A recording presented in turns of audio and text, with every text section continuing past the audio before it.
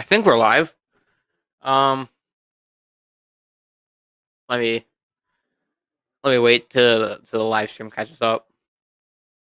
I'll see how the sound is. Okay, it sounds good. And you gotta be kidding me! It always slows down right as I go live. Wait, there you go. No. Okay. No. Okay. I think we're good. There's a little meter on the live stream. On the live stream thing I use where it goes green, yellow, or red. If it's in the green, it's good. The yellow, it's a little dicey. If it's red, then it's horrible connection. And it was in the red for a little bit there, but now it's back in the green. So I think we're good. It always goes red though. It'll be green. Like I'll have it running before I go live for a little bit, and it'll just be sitting there on green. And then once I go live or try to go live, that's when it goes to red. I don't know. It just can't handle me. I guess that's just what it is. The internet cannot handle me. Anyway, I want to talk about something tonight. Uh, that caught my attention. There's this article published by the EU, um, the European, and then not the EU. I kept saying, "Oh frick!" I put it in the. It's actually the European Commission. I put the EU, uh, which I believe is different. So yeah. So I was a little off there when I was pushing this out like on social media. The European Union. I think it's the same thing. European Commission, European Union. It's all. I'm pretty sure it's all the same thing. Anyway, so the European Union put out this. How many pages? They put out a 16, 18-page report with footnotes and everything on far right extremists' use of humor. And we're gonna go through this one. We're gonna go through this tonight. So let me pull it up. I'll share the screen. Give me one sec.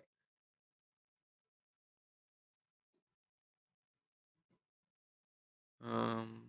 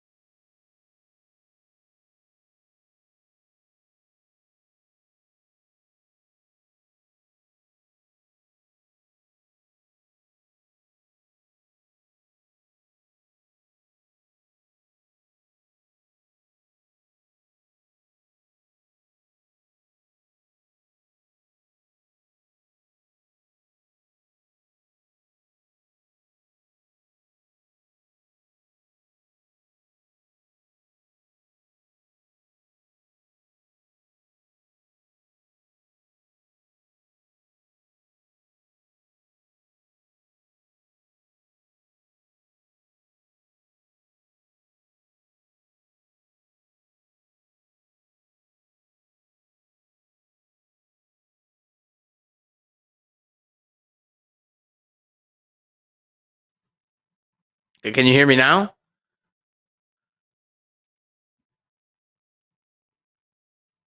Can you hear me now? Okay, you hear me now? Can you hear me now? Okay, you can hear me like this. Why can't you hear me when I share the screen?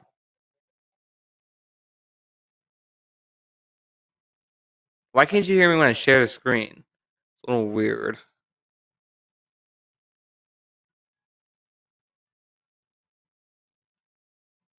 Hello?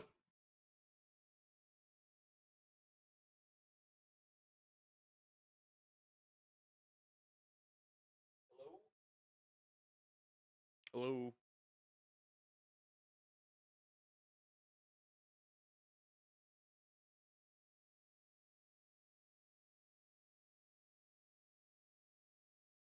Okay, give me 1 second.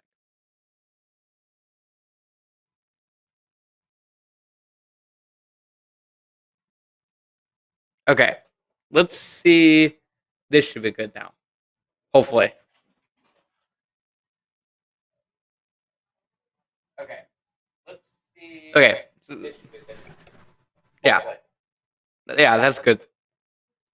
Hopefully, that's good. Okay, yeah. So echoey, I think. Actually, um,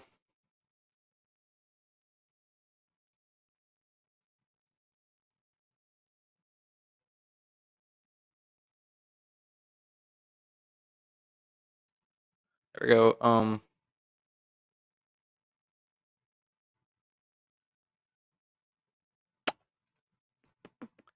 just sorry. I'm just trying to fix something here. Making sure it sounds good. I'm sorry. I'm just trying to fix out. Okay, it sounds good. Let me turn it down a little bit. Okay, so this whole paper was put together by the RAN, which is a Radicalization Awareness Network. This is a Awareness Network connects frontline practitioners from across Europe with one another and with academics and policymakers to exchange knowledge, firsthand experiences, and approaches to preventing and countering violent extremism in all its forms.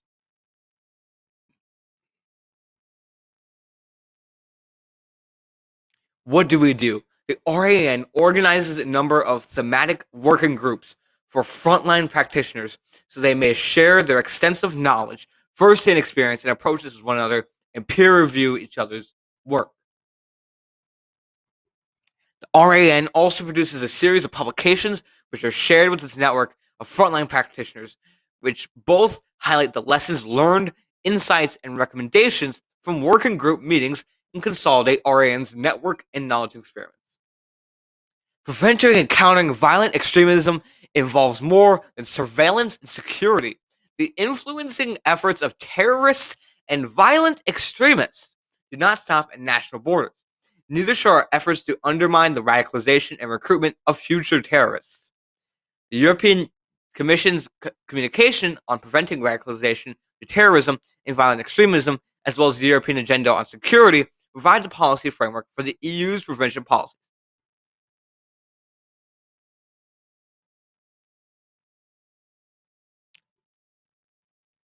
So and you know it's only, I mean, obviously it's only far right people.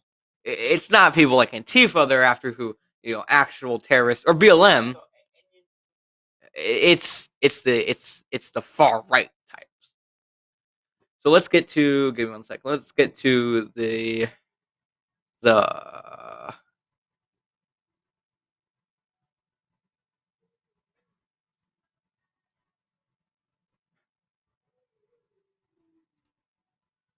okay. Let's get to this one, the actual uh paper itself. Okay, let's get. So this is the paper. As we know, it's funded by the Radicalization Awareness Network and Mayak Philip. I don't even know these names. Who are the Awareness Network's external experts put together this piece right here. They say it's not funny anymore. Far-right extremists' use of humor. That's right. Humor is not funny. You can't laugh at it. No laughing, guys.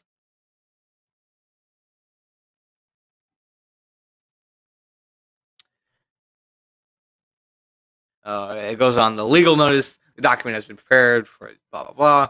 Okay, here we get into this. Humor has become a central weapon of extremist movements to subvert open societies and to lower the threshold towards violence, especially within the context of a recent wave of far-right extremist terrorist attacks. I honestly don't know. This is the European Commission. It's from Europe. I don't know exactly what far-right terrorist attacks they're talking about here. Unless they're referring to uh, stuff that's happened in America, and the only thing they could really mention is the Capitol riot. Other than that, I don't know what else they would be talking about.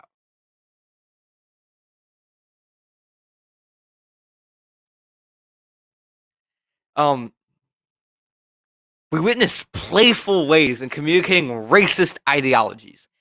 As far-right extremists strategically merge with online cultures, their approach changes fundamentally. This trend has been especially facilitated by the so-called alt-right and has spread globally. This predominantly online movement set new standards to rebrand extremist positions in an ironic guise, blurring the lines between mischief and potentially radicalizing messaging. Because, posting a Pepe meme is going to make you a far-right extremist. The result is a nihilistic form of humor that is directed against ethnic and sexual minorities and deemed to inspire violent fantasies and eventually action. That's right. If you say something, I'm probably on a government watch list now because I made a joke on Twitter. Uh, someone posted something about returning back to tradition and showed like a picture of like a traditional family and whatnot. And then someone said, "Oh, you know what else's tradition? Beating their wives." And I said, "Oh, it's the good old days," as a joke, obviously. And this is what I was I that resulted in that was a nihilistic form of humor that was directed against a sexual minority, which they basically call women the minority when in reality I believe they're majority.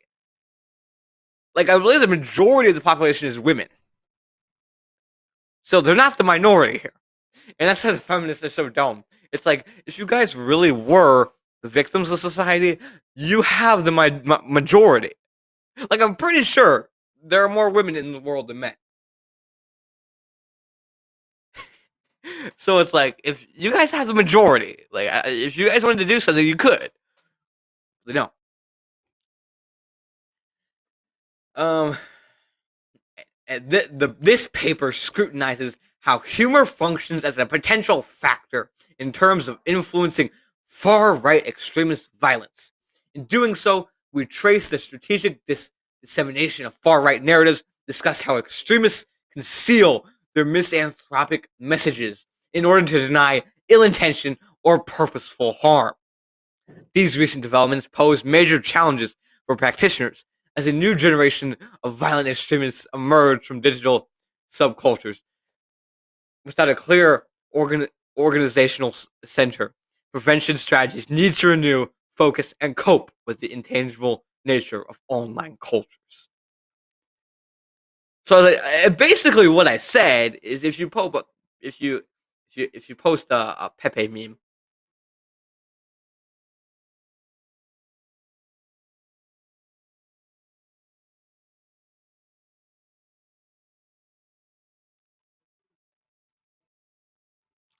Humor in the context of preventing and countering violent extremism.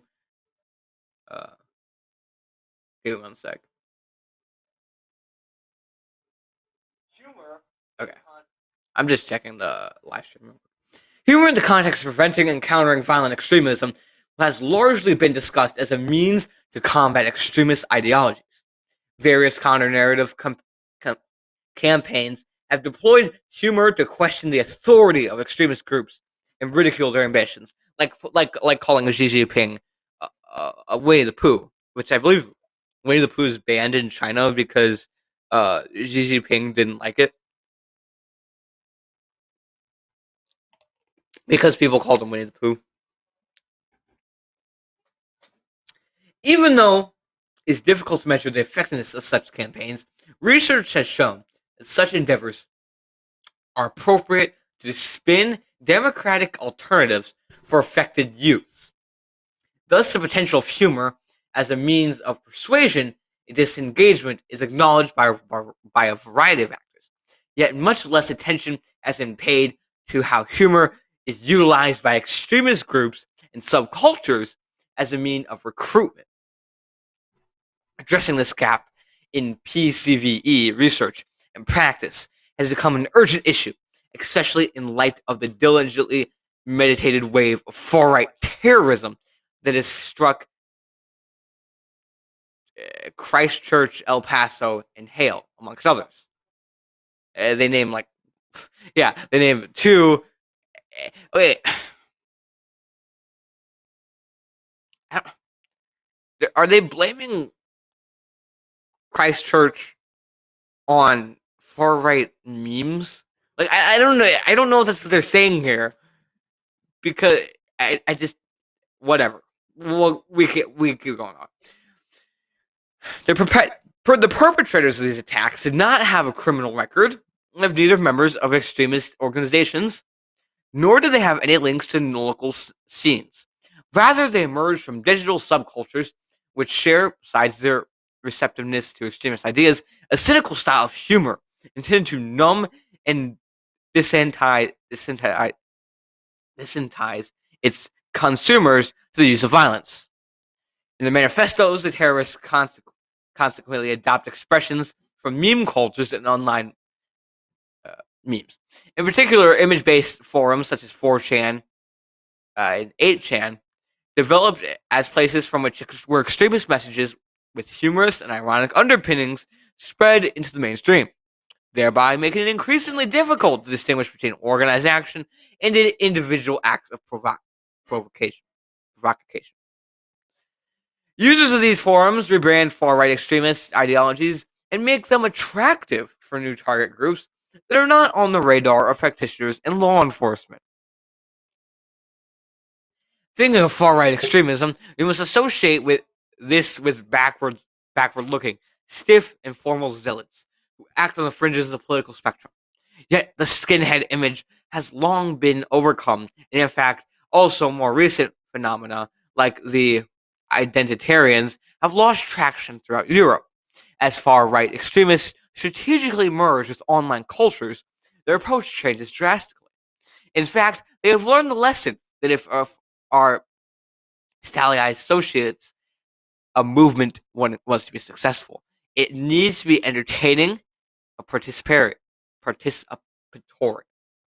In fact, a shared sense of humor has become an effective tool in terms of immersing individuals into extremist ideologies, and as a consequence, contributed to some of the worst acts of violence in the 21st century. That's right. 9/11, it happened because of online memes.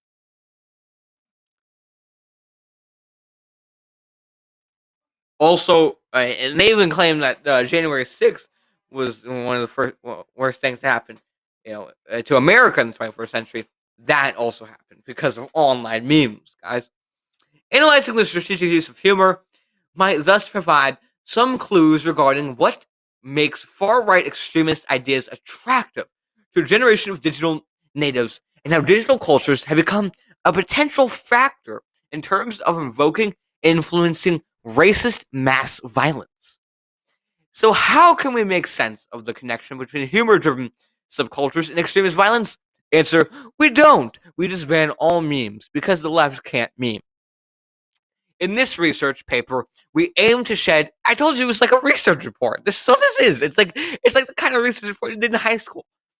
We aim to shed some light on the underlying processes that might help us understand recent developments in far right extremism and to reflect on how countermeasures need to adapt to combat extremism in the digital age.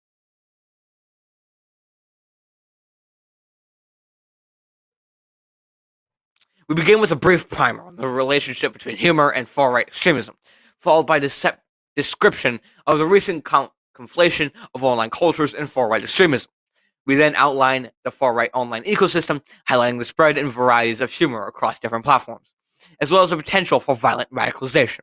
Again, seeing a picture of Pepe will make your children violent.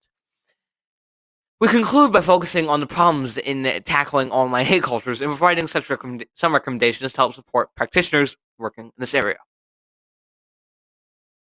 I mean, honestly, this is just a crackdown on uh, on the right itself. Not even just far right. It's a crackdown on the right because, as I said, the left can't meme. That's just the truth, and they realize that memes are a big part of internet culture. Memes are. And if the left can't meme, they're losing the war on the internet. And that's why they bring out censorship. That's why they bring all this stuff, because they realize they're losing on the online battle. And that's why they're wanting to ban memes and whatnot, because memes are a big part in internet censorship. I mean, in internet like groups. I mean, even humor in general, like comedy. The left is horrible at it because most of them have to be woke. Most of these lefties have to be woke. And if you're too focused on being woke, you can't be very funny. I mean, look at most of these comedians on the left. I mean, most of these late night shows. I mean, they're not even comedy. It's not even comedy anymore. It's basically just politics. They just talk about politics, and they might sprinkle in like some like kind of jokes in there sometimes. Like, I'm not even against like making fun of politics. Politics, there's so much to make fun of in politics. It's a gold mine for comedy. The problem is they don't make it funny. Literally every single one of them are just like, oh, Republicans are dumb, Orange Man bad. Like that's literally all their jokes. It's not funny, especially when you keep saying it all and over again. Exactly. The left can't meme. That's just a fact. Like I said, they have to be woke. It's woke and humor are two sides they're on a spectrum, okay? You can either be one or the other. It's not on a spectrum. It's just it's out there, and you can I don't know really how to say this. But yeah, they're it's either one or the other. They're two totally different things. I mean, you can be a little woke but more funny, but the more woke you are, the less funny you are, because you can't make fun of people, which is funny. The only people you can make fun of, you're not supposed to make fun of people when you're woke. Only dumb Republicans and Trump. Only people you can make fun of, and it's just to say it's not even really jokes. Like, I'm not even against like making fun of Trump. Like, oh, you can't say anything bad about Trump. No, there's a lot to joke about when it comes to Trump, and I'm not against like making fun of Trump, but make the jokes good. Like I said, all it is Trump bad, like Orange Man bad. Like it's like it's not funny, okay? And that's why most of these late night shows are taking a hit. I mean, take away the laugh track from most of these things, and it makes them less funny. I mean, the whole purpose of the laugh track there is so people know when to laugh. If you have to tell people when to laugh, it's probably not funny. It's like that one clip. Who was it? Was it like Jeb Bush? One of the Bushes was like, clap now. Like, you can clap now. Like, if you have to tell people to clap, it's not a good look. And that's what like all these laugh tracks and stuff. I mean, that's why all these laugh tracks are just on these things, because it's just telling them when to laugh. Like I said, if you have to tell someone to laugh, it's probably not funny. And you're probably right. The wokeness probably does. Well, wokeness. The whole point of wokeness is to make people victims. Like, the whole point of woke is to put them on like a victim scale. Like, how much of a victim are you? And if you tell I mean, they just nail it into their heads about how they're victimized by society, and black people are gunned down in the streets, and gay people, they don't. they don't, they can't, be in society. It's all a lie. Like, that's not actually happening. Like, if you're like, if a bit, let's say, like when you're getting punished for not supporting BL, you can get punished by a company or something like that if you don't support BLM. Or we saw the guy who didn't want to bake the gay cake, who got punished for that. Those people aren't the victims. Like the gay community, they're not the victims of society.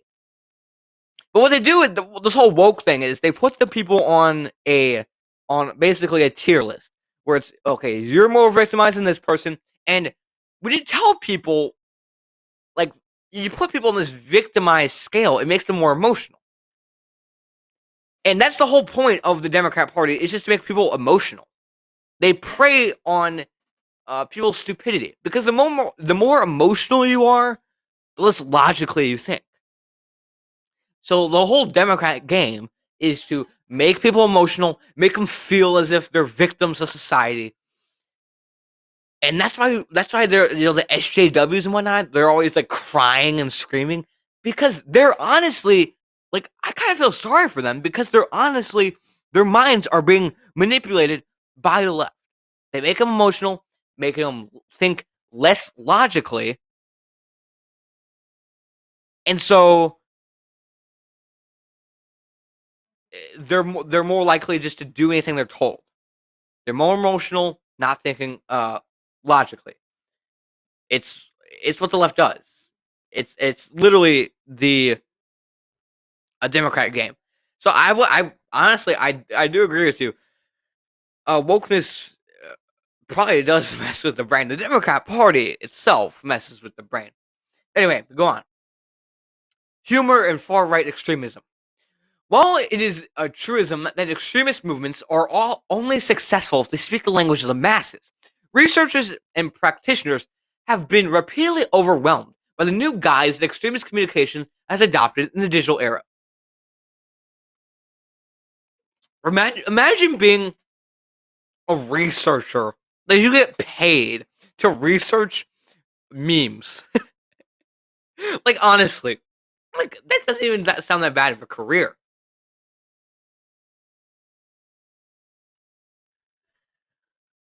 The playful and ironic re-articulation of white supremacism and ethno-nationalism has largely been understood in innovative strategy to appeal to broader audiences. This is certainly true as we see the rigid structures and fanatic appearances the once marked far-right extremist groups have gradually faded away. In contrast, such structures have been substituted by a straight mixture of infantile mischief, communicative ambivalence, and a strong dose of nihilism that promote extremist ideas. Yet, looking back at the history of the far right and other forms of extremism, we can conceive varieties of humor as a steady companion of hate-based mobilization. They have terminology here. The terminology used in this paper follows the definitions provided in the 2019 RAN Fact Book on Far-Right Extremism, a Practical Introduction. They have a whole book on far-right memes. What's far-right extremism? I bet they have their own chapter to far-right memes in their own book.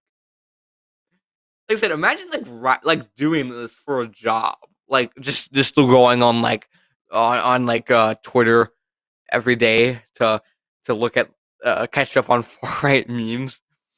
Far-right extremism is understood as an umbrella concept which comprises both the radical and extreme right. What's the difference between the radical and extreme right? Like, I didn't really think there was a difference. I thought they just kind of, they kind of grouped them all together.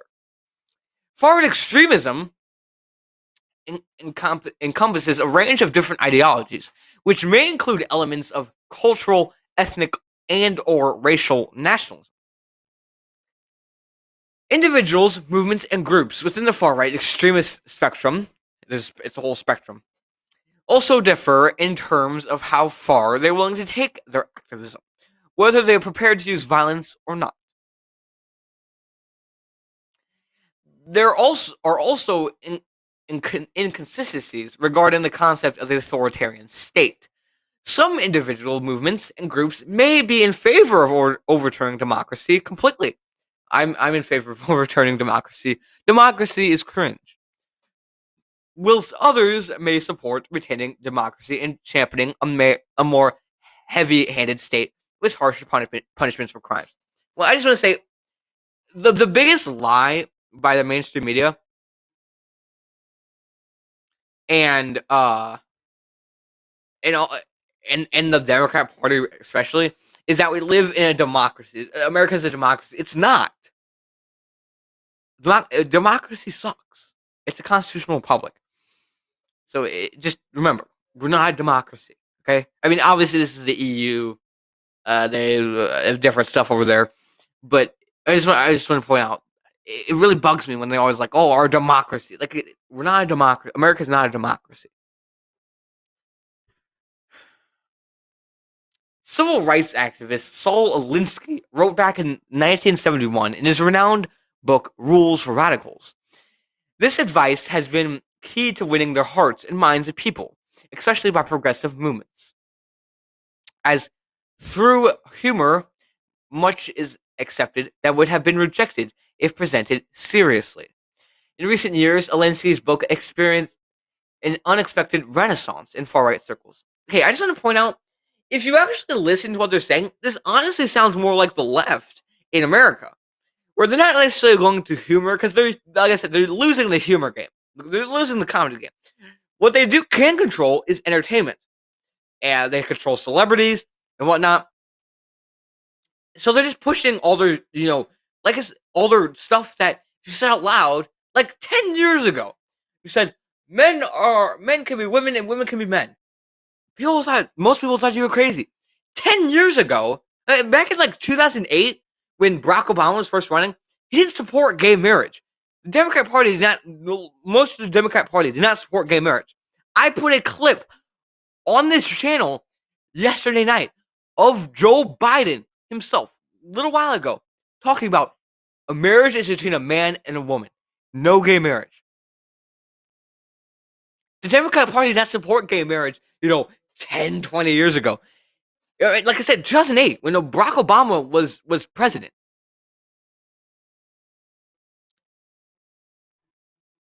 When Barack Obama was running for president, the Democrat Party did not support gay marriage. Now they want to say, men can be women, women can be men. And they're basically heading toward accepting pedophilia. So honestly, if you read most of the stuff that this paragraph I'm reading right now, what they're talking about, it honestly sounds like stuff the American left is doing, just not through comedy. Because I said, they're losing comedy game. They push it in movies, they push it in books, they push it by celebrities. They do all this stuff. So I mean, they're not necessarily wrong here. It's just it's not the far right. It's the left. Because honestly, the far right is not very dominant, especially in America. Like the actual far, not just because I call anyone on the right far right. I'm talking about the actual far right, like KKK kind of people, like the actual far right. Like I saw it, like the majority. I would say that probably the KKK. I think it's safe to say the KKK is one of the biggest, racist organizations in history. Everyone kind of knows what the KKK is, or at least heard of it. Like only I think it was 0.003% of Americans say they are part of the KKK. That's a very small percentage.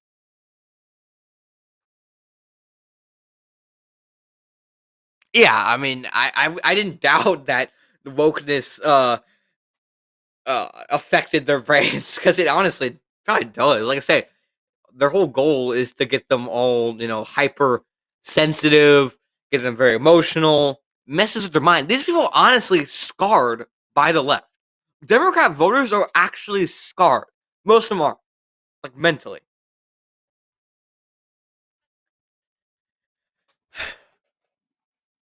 By reformulating prejudices and disguising them in witty language, the interplay of hatred and amusement regarding the misery of supposedly inferior groups run like a golden thread through the history of far-right movements, from the KKK to the Nazis, from Pejita, I don't even know what these groups are. To the in identitarians, the mocking. I don't know what the Pejita. What I don't know what that is. The mocking degradation of other groups have been a symbol of self assurance, emphasizing the notion of supremacy. Recent generations of far right extremists have chosen progressive humor and supposed satire as central weapons to the fight against liberal democracy and its political correctness, which is depicted as prudish and patronizing. Uh, yeah, we're not politically correct on this channel. Praising a politically incorrect attitude, humor has been weaponized as a form of resistance against a political culture that's supposedly curtailing free speech. Again, they're acting as if, oh, this isn't free speech. That's what they're doing. They're cracking down on free speech. And again, they've been doing it slowly and slowly. It's honestly what they're talking about. I mean, they said, where is the, they said, this advice, this advice has been key to winning the hearts and minds of people, especially by progressive movements. As through humor, much is accepted that would have been rejected if presented seriously. It's kind of what like I said, the left is doing in America, but they do it a little differently. Like I said, they can't do the comedy. What they do is they do it very slowly, so they chip away at it. Because if, like I said, 10 years ago, if you said, oh, uh, make me women, then everyone thought you were crazy. They slowly chipped away at it, and now we're there. It's the same thing with free speech. They slowly chip away at it. Well, hate speech. There's no real definition of hate speech, because if anything, they say hate speech is just offensive speech, which is subjective because people get offended at different things. But they say hate speech isn't protected by the First Amendment. Actually, it is. I mean, the whole purpose of the First Amendment is to especially protect those you don't agree with, the views that you don't agree with. And I've been. That's why I talk about all the time. One of the famous examples, Nick Fuentes, who I've watched a little bit. I don't agree 100% with him. He's kind of an okay guy. But when he gets banned, it's a problem. Even if you don't agree with him, that's a problem because they're slowly chipping away at free speech. Not even just Nick Fuentes, Alex Jones, who I like, they banned him. Milo Yiannopoulos banned. These far right extremists they claim to be. All it's doing, it's the same thing they did with statues, where they said they took the controversial people first. So they said, hey, here's this Confederate soldier. He it's a little more controversial. People were kind of like, yeah, okay, it's Confederacy, whatever. We'll take it down. So they did, and now they're going after, Thomas Jefferson, Abraham Lincoln. It's the same thing they're doing now with free speech. They go after the more controversial people, people not everyone agrees with, like Nick Fuentes, like Alex Jones. And so they slowly chip away at it, where you're more accepting of these ideas of banning people. The paper is it's written by the European Commission, run by the people who wrote it. Their names are, I don't know if you can see them on the screen. I don't know if you can see it. It's a little small. So it's Mayek M. If you want to Google these, I might Google them later. Actually, we can Google them right now to see if these people have any background. I think Maik make Fie. It's Fietz Fielitz. He's one of the people who wrote this. His tweets are protected. I can't see them. Yeah, but I might go into these people a little bit later, maybe off stream, just kind of do a little research. But yes, the paper was put together by the Radicalization Awareness Network, run by the European Commission. It was written by Make Felix and Reem Ahmed. So those are the people who wrote it. Like I said, put together by the RAN, run by the European Commission. But again, what they're doing here, it's honestly what the left is doing, where they're chipping away at free speech, and they're trying to act like what they're doing now. Like they're just gonna say this is that what we're doing is taking away free speech by banning far right memes. Yeah, that's what you're doing. Especially culturally sensitive language has been taunted with vulgar expressions that affect widespread resentments with humorous elements. Stuff like the N word. Okay, I'm not a big fan of using it, but I will protect your right to use the N word because guess what? Free speech. If you want to say it, go ahead, say it. I'm not stopping you.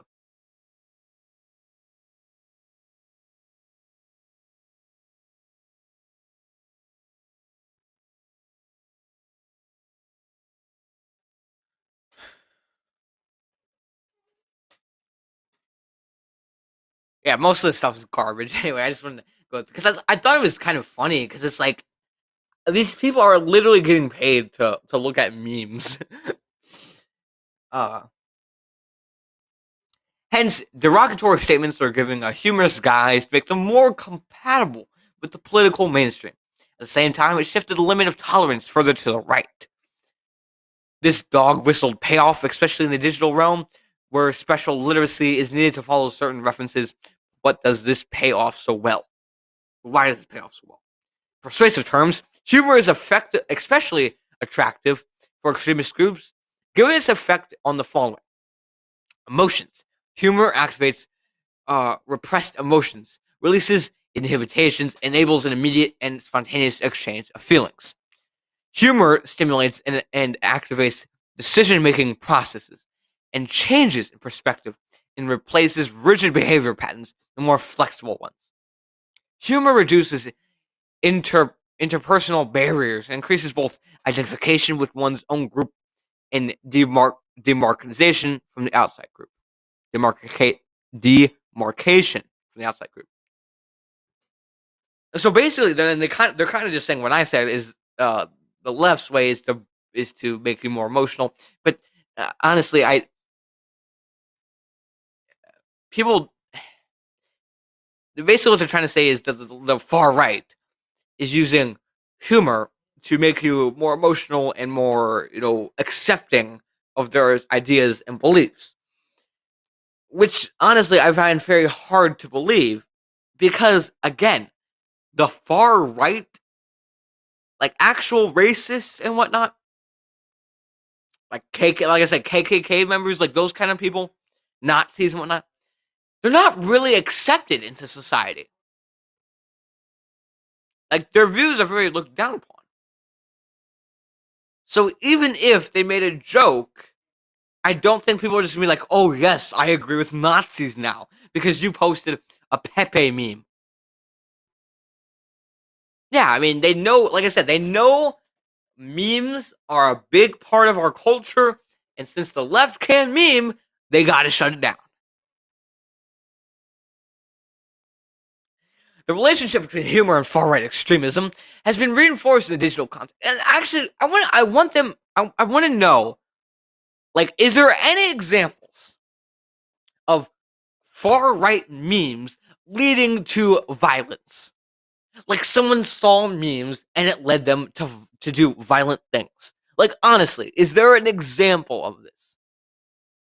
I would love to know because I highly doubt it. It's like saying that video games make people like make kids like video games are to blame for school shootings. Like no, that's it. Okay. It video games might be a small factor in a couple cases, but it's not. I highly doubt it's a big factor in any case, and especially not in all cases. But I mean, it's what these people try to do. They just blame. It's like guns. Oh, all guns are bad because this person used a gun in a bad way. Like, well, they're pulling like, oh look, there's this Nazi meme, so this means all memes are bad, and all these, and we need to shut it down. It's the left way. It's like it's their handbook. Yeah, I can actually link the article. I think you can even download it or print it out if you want. I can actually link it here. I think that link should work. Yeah, that should be the link to the paper.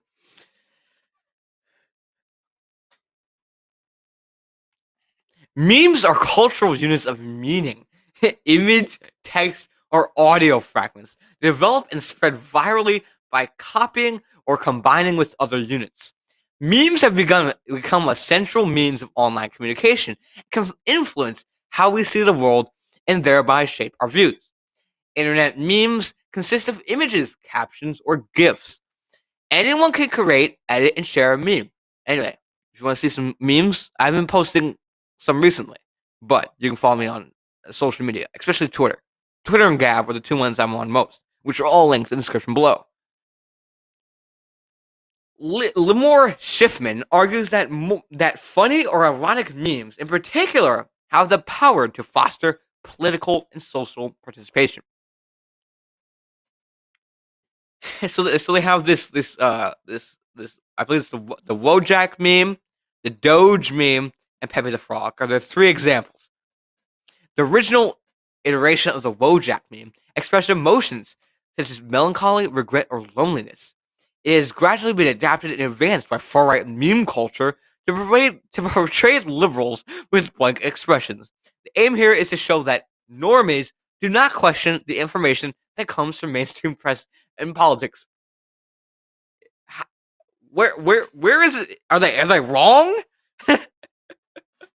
I mean, honestly, they're mad that you're saying, "Oh, you're an idiot for not questioning the mainstream media and politics." Yes, normies do not question the information that comes from mainstream media and politics. Don't be a normie, okay? It's that simple.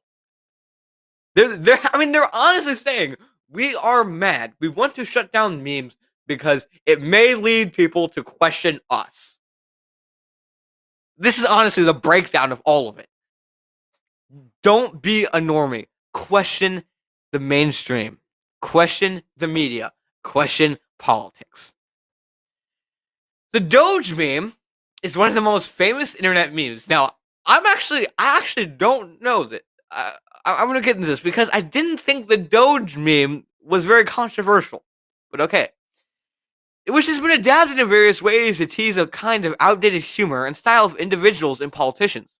In far-right circles, it has often been combined with the Nazi memorabilia to trivialize violence by the SS and what I'm not even gonna try to say that word because I don't even, I don't probably can't even pronounce it.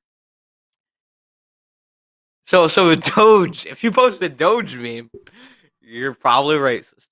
And finally, I think this is the examples. Yeah. And finally, Pepe the Frog. We have a Pepe meme.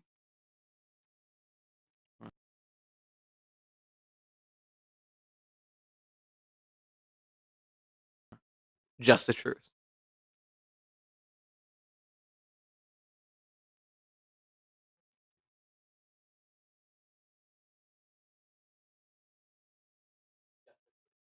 Okay. I was just checking the audio real quick.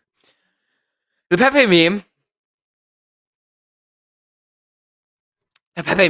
has been appropriated by far-right online activists. It symbolizes a kind of superior nonchalance towards others, helping to normalize hostile attitudes towards minorities and political opponents, as well as a kind of anti-elite arrogance and condescendence. the condescension. So they're mad that you're showing you're being anti-elite. It's become the icon of the alt right.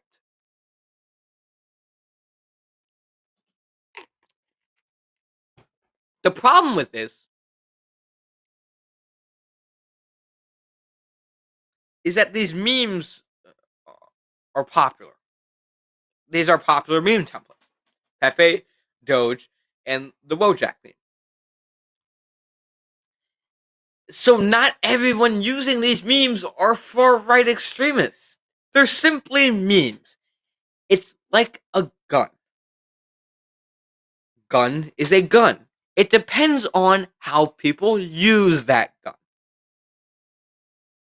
So simply saying, "Oh, the Pepe meme is alt right," or "all these memes are alt right," no, no, it doesn't mean necessarily that this meme is alt right. It depends on how it's used.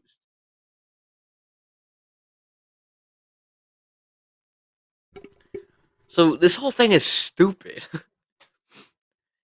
Let me pin that. You guys, if you guys want to read the article yourself, because I'm probably gonna read this whole thing. I'm just reading some parts of it. It's the pin. It's the pin link. That's the article.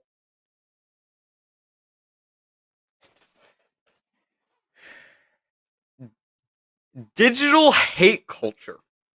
The creation and sharing of memes as a ritual of an imagery community can foster a feeling of collective belonging amongst those who participate in rather dispersed online networks. Excuse me. In this way, overtly humorous and harmless everyday images shape political worldviews. Yeah, a harmless Doge meme, it's just gonna like make you a freaking Nazi. Like this is gonna just shape your worldview drastically by saying Pepe. And opinion forming in the cultural pre-political space, beyond great words and complex political manifestos. With this participatory practice, the role of movements in specific organizations changes fundamentally.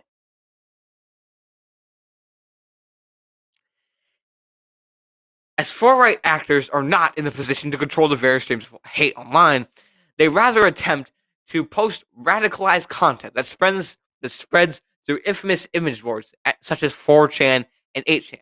I don't even know if like I honestly have never been.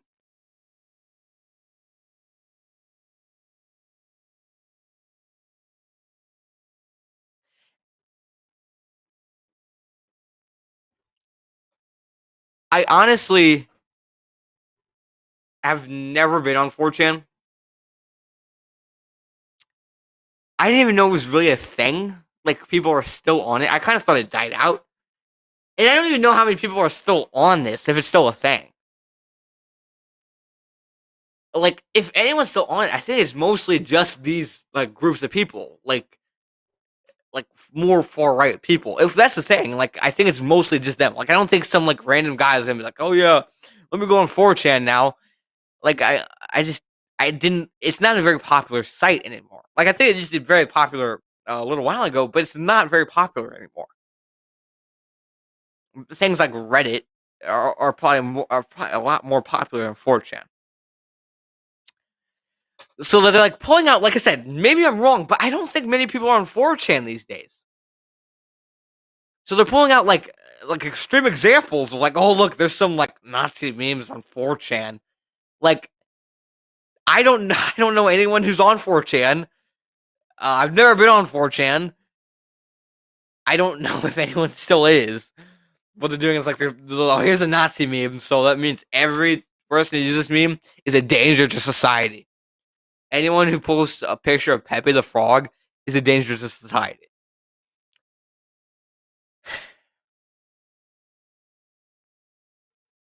The fluidity of these hate cultures makes efforts to control them almost futile. The followers communicate primarily through images and language that normalize violence against minorities, and therefore the mass consumption of these materials contributes to desensitization. Additionally, Anonymous content creators establish an outbidding culture that gradually reduces the step from mere discourse to terror. The most extreme examples of this has been enacted through the attacks in Christchurch, El Paso.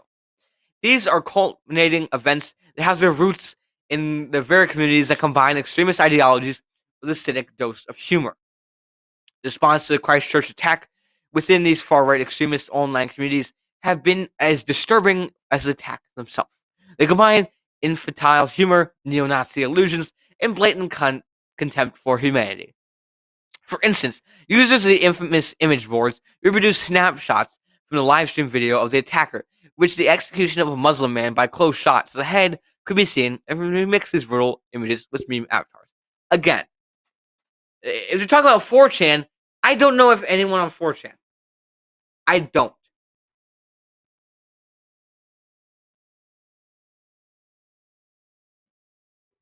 Like, I honestly do not know anyone on 4chan.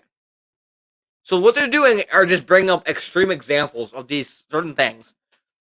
Like most of these actual big uh social media platforms, like I said, Reddit is a big place for memes. Twitter, Instagram, they all have rules against these things. Like you can't just show pictures of someone getting shot in the back of the head. So to act as this act as if this is just like being spread all over the internet is a lie.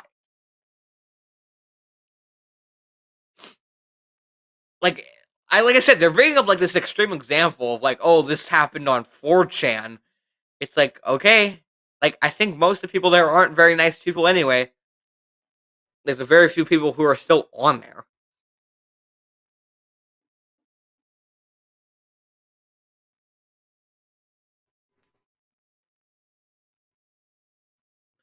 And the article goes on and on. It like I said, it's like a they do like 13 to 14 pages of comment on talking about far right memes, and then they have like 3 pages dedicated to further reading and references. Actually, let me. They have their further reading or the resources. All right, know your meme. What is this? An internet meme database.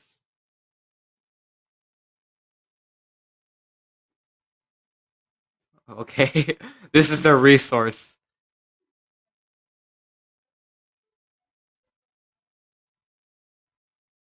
Meme war, tech against terrorism, an urban dictionary. Those are the resources.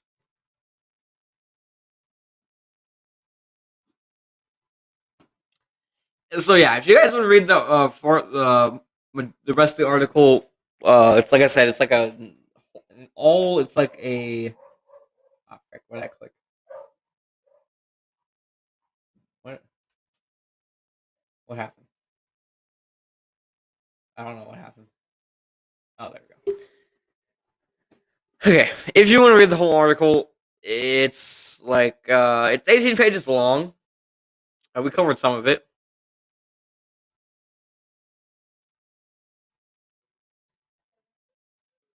I also want to talk about this one thing real quick. This report from Brandis University, which talks about prevention of like hate speech. It's Prevention Advocacy and Recourse Center of Oppressive. They have an oppressive language list. Let me pull this up real quick.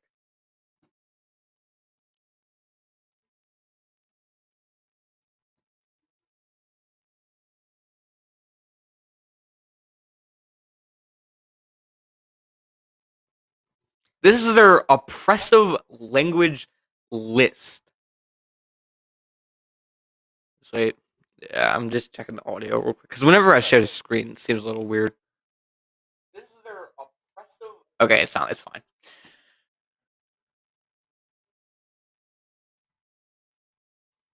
This is Brandeis University oppressive language list. Their violent language. You can't. I'm honestly. This is violent language to them. You shouldn't use this language. You can't use the phrase "killing it," which is to make like you're killing it, man. Like great job. Take a shot at. Shouldn't use that. Shouldn't say pull the trigger. You shouldn't say take a stab at it. Couldn't say you can't say a trigger warning. You shouldn't use rule of thumb.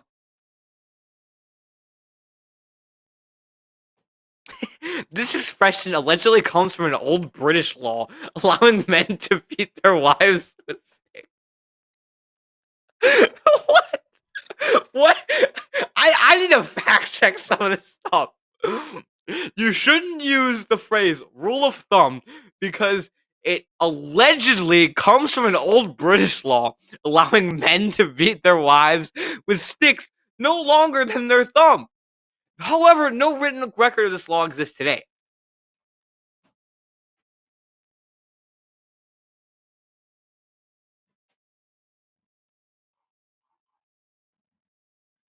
You shouldn't say go off the reservation.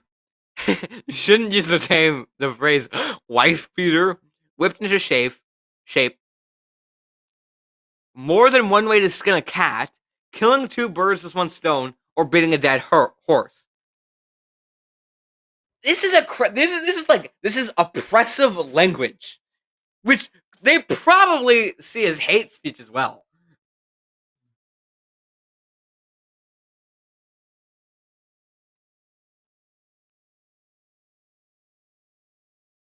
This is their identity based language. You shouldn't say you guys, ladies and gentlemen, policeman, congressman, mailman, landlord, freshman, or she, or you, she, and he. You can't say African American, which wasn't. They say you shouldn't use African American, but instead call someone black, which is exactly what we used to do, and they told us to refer to it as African American. What is going on here? You shouldn't say crazy, insane, wild, lame, walking spaz, a handicapped or retarded, or handicapped space. You shouldn't use people of color. You should say BIPOC. I can't say any of these words here, but you guys can see what they are. Hopefully, I think you can. Yeah, yeah. You guys, I can't say any of these words here on YouTube. I can't. I don't even think I can use any of these. Basically, YouTube, I think, cracks down on if you use uh any uh like offensive language to the gay community. It's like yeah, like I don't think you're allowed to use anything like that. So I'm not. I mean, obviously you can say it. You can see it right here. You shouldn't say long time no see. You shouldn't. Most of the stuff is just dumb. But they claim this college here, this university, says it's oppressive language. All this is the memes and this. I wanted to bring this up too because it kind of went along with what I was talking. The whole meme thing. All this is a crackdown on speech, and it's slowly happening. Why are you guys talking about weed in the comments? I don't know how we got to talk about weed. Um,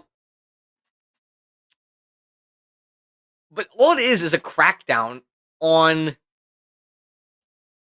free speech. That's all it is. And as I said, they slowly do it. They slowly chip away at it to make you feel more acceptable. Make it more acceptable to you.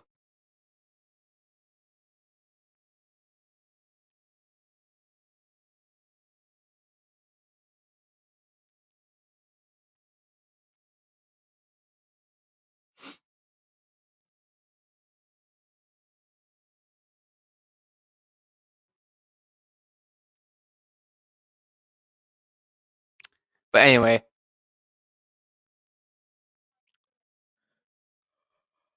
anyway,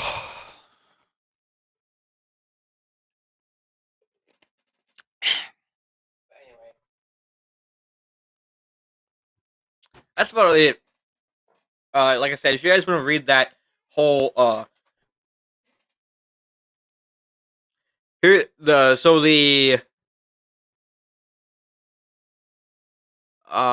whole article about far right memes is the linked comment, and then here's also that thing about also link that the oppressive language list too as well.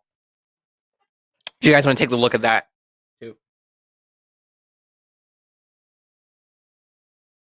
Anyway, other than that, I think that's about it for tonight. So if you guys want to leave a like, subscribe to the channel, that will really help. This is my second channel. If you don't know, maybe if you're new to the channel, um, you can check out my main channel, which is linked in the description. I have 2 strikes on that channel right now, so I'm kind of just I don't want, if I get one more strike in like 90 days, um, that channel's gone forever, and I just actually got more than 1,000 subscribers on that channel, so I don't want to lose that channel. So that's why we're on this channel until September 7th. So we'll be on this channel till September 7th. On September 7th, we'll go back to the main channel. So if you want to subscribe to both my channels, you can do that. My main channel is linked in the description. I post exclusive videos on Rumble as well, and I might do some live streams on Trovo, which is like a smaller uh um like streaming platform. So if you want to check those out, I have those links in the description. And then I'm on you can follow me on Gab, Minds, Twitter, Instagram, and Gitter, the new social media platform. You can follow me on those as well. I have them all linked in the description. Um yeah, I think that's about it for tonight. I don't think I have anything else. And thanks to everyone who's liked, subscribed, all that good stuff. It does help support the channel. And see ya. Here's a Pepe meme as the outro. Well, it's not even. It's just a picture of Pepe the Frog in jail. So hopefully it won't turn you guys to far right extremists. Here.